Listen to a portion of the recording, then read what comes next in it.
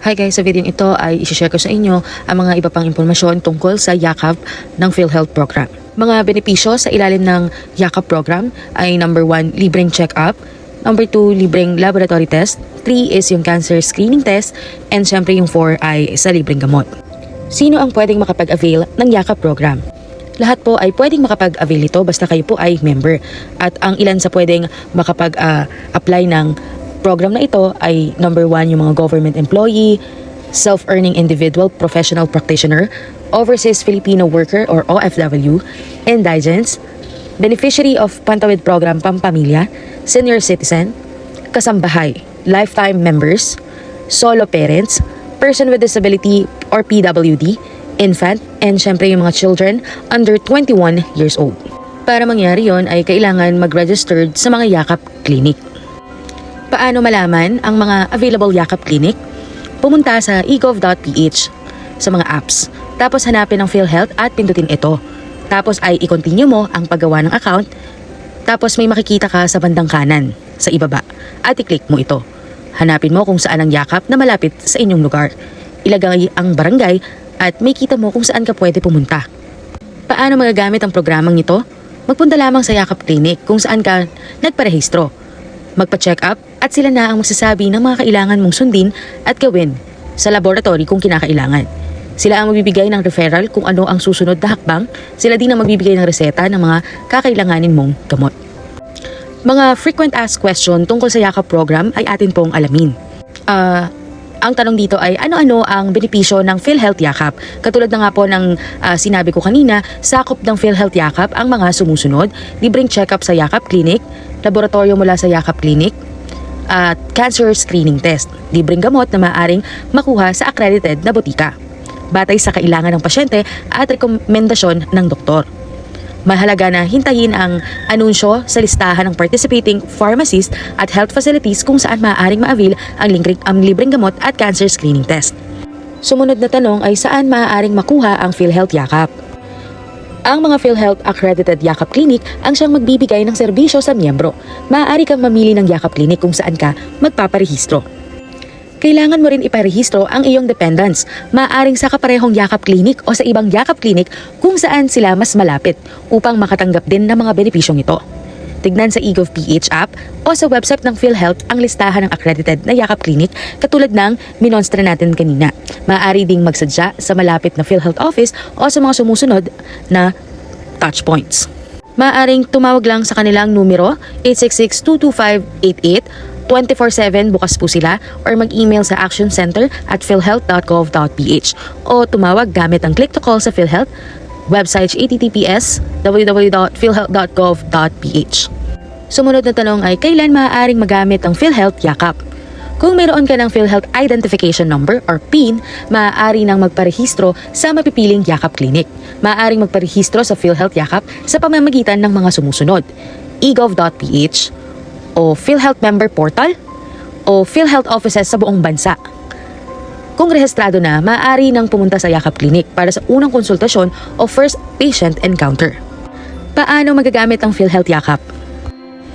Matapos ang unang konsultasyon at assessment ng doktor, maaari siyang magrekomenda ng mga kinakailangang laboratorio base sa kondisyon ng pasyente. Ang mga laboratorio at test ay makukuha rin sa Yakap Clinic o maaaring ituro sa kapartner nilang diagnostic o laboratory clinic. Kasama ito sa serbisyo ng PhilHealth Yakap. Maaari ring magreseta ng gamot ang doktor ayon sa pangangailangan ng pasyente. Ang mga gamot ay makukuha sa mga accredited na butika o gamot facility hanggang sa maabot ang limit na 20,000 halaga ng gamot sa loob ng isang taon. Maaari ring magbigay ng referral ang doktor para sa cancer screening test kung may indikasyon ng pasyente para dito. Tandaan na tanging doktor sa Yakap Clinic kung saan ka nakarehistro ang maaaring magbigay ng reseta at rekomendasyon depende sa pangangailangan ng pasyente. Ang referral at reseta ay kinakailangan upang makakuha ng mga laboratorio, screening test at gamot na kailangan. Sumunod na tanong ay kung may limitasyon ba ang paggamit ng PhilHealth Yakap at mayroon bang babayaran? Matapos ang konsultasyon at resulta ng mga laboratorio, maaari kang pabalikin ng inyong doktor para sa follow-up check-up. Depende sa kanyang assessment kung ilang beses kanya pababalikin para sa monitoring at kinakailangang reseta. libreng makukuha ang mga benepisyo at serbisyo sa mga accredited Yakap Clinic. Maaari namang maningil ng hanggang 900 pesos kada pasyente para sa isang buong taon kung nakaregister sa isang pribadong Yakap Clinic. Ano-ano ang screening test ang sakop ng PhilHealth Yakap? Pang maagapan ng sakit, sakop na rin ng PhilHealth Yakap ang mga sumusunod na cancer screening test na isasagawa sa kahit saang accredited na cancer screening facility. Nangunguna rito ang mammogram, breast ultrasound, low-dose chest CT scan, alpha fetoprotein, liver ultrasound, and colonoscopy. Ang mga ito ay maaaring makuha sa mga accredited na health facilities ayon sa referral ng inyong doktor mula sa Yakap Clinic. Sumunod na tanong ay paano makukuha ang mga libreng gamot? Matapos marehistro, maaari nang bumisita sa Yakap Clinic para sa unang konsultasyon o kung anong kailangan ipakonsulta at ipa-check up sa doktor upang malaman ang kondisyon ng kalusugan ng miyembro kasama na ang kanyang mga dependents. Depende sa kondisyon ay libreng mabibigyan ng kinakailangan gamot. Tanging ang mga doktor sa isang Yakap Clinic ang makakapagreseta ng gamot para sa pasyente. Mayroong listahan o gamot na isa sa publiko na naglalaman ng 75 molecules ang siyang libreng makukuha ng mga benepisyaryo. Kaugnay ng tanong, ang mga gamot ba na ginamit habang nakakonfine ang pasyente o outpatient sa emergency care ay kasama dito? Ang sagot po ay hindi. Tanging ang gamot na nireseta ng doktor sa Yakap Clinic ayon sa pangangailangan ng benepisyaryo ang kasama dito. Sumunod na tanong ay ang mga branded bang gamot na nirequest ng pasyente o yung mga wala sa gamot na listahan ay kasama sa libreng makukuha? Mayroong itinakdang presyo ang PhilHealth at mga butika sa bawat gamot. Kung lalagpas ang presyo ng branded na gamot sa itinakdang presyo, hindi ito magiging sakop maliban na lamang kung ibibigay ito ng butika sa napagkasunduang halaga.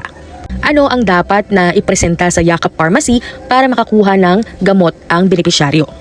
Matapos ang konsultasyon sa doktor, magre-reseta ito sa pamamagitan ng gamot app. Ito ang magiging basihan ng accredited na pharmacy para sa pagbibigay ng gamot. Lahat ba ay kwalipikadong makakakuha ng gamot? Ang sagot po ay opo.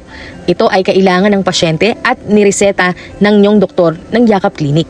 Sumunod na tanong ay kung lahat ba ng gamot ay libreng makukuha ng benepisyaryo o may limit lang. Mayroong hanggang 20,000 na limit kada taon ang bawat benepisyaryong niresetahan ng kanilang doktor sa Yakap Clinic. Kapag nasagad na ang limit na 20,000 ay doon na lamang magkakaroon ng babayaran ang miyembro. Sumunod na katanungan ay ano ang proseso kapag may pumuntang benepisyaryo sa butika para kumuha ng gamot? Kapag nabigyan na ng reseta ang miyembro gamit ang gamot app, kailangan ipakita ang reseta o sabihin ang UPSC code sa butika upang ma-validate ito ng pharmacist kasama ang kahit anong government-issued ID ng miyembro. Sumunod na katanungan ay kung paano malalaman kung lampas na sa limit na 20,000 ang nakukuhang gamot ng miyembro. Ang kasagutan ay ipaaalam ng pharmacist sa miyembro kung ito ay lampas na ng 20,000. Makikita rin ang balanse ng bawat miyembro sa tuwing ito ay kukuha ng gamot sa butika. Ito ay nasa gamot availment slip na siyang ibibigay pagkatapos makuha ang gamot. Sumunod na katanungan ay kung mayroon bang kailangang papirmahan o ibigay na dokumento sa miyembro sa pagkuha ng gamot. Ang kasagutan ay ang mga miyembro ay bibigyan ng gamot availment slip na pipirmahan niya pagkatanggap ng mga gamot. Ibibigay ito sa kanya ng pharmacist. Sumunod na katanungan ay kung maaari bang representative lang ang kumuha ng gamot para sa miyembro, ano ang kailangan nilang ipresenta sa butika. Ang kasagutan ay maaari po. Magdala lamang ng authorization letter, valid ID ng pasyente o miyembro at valid ID ng representative.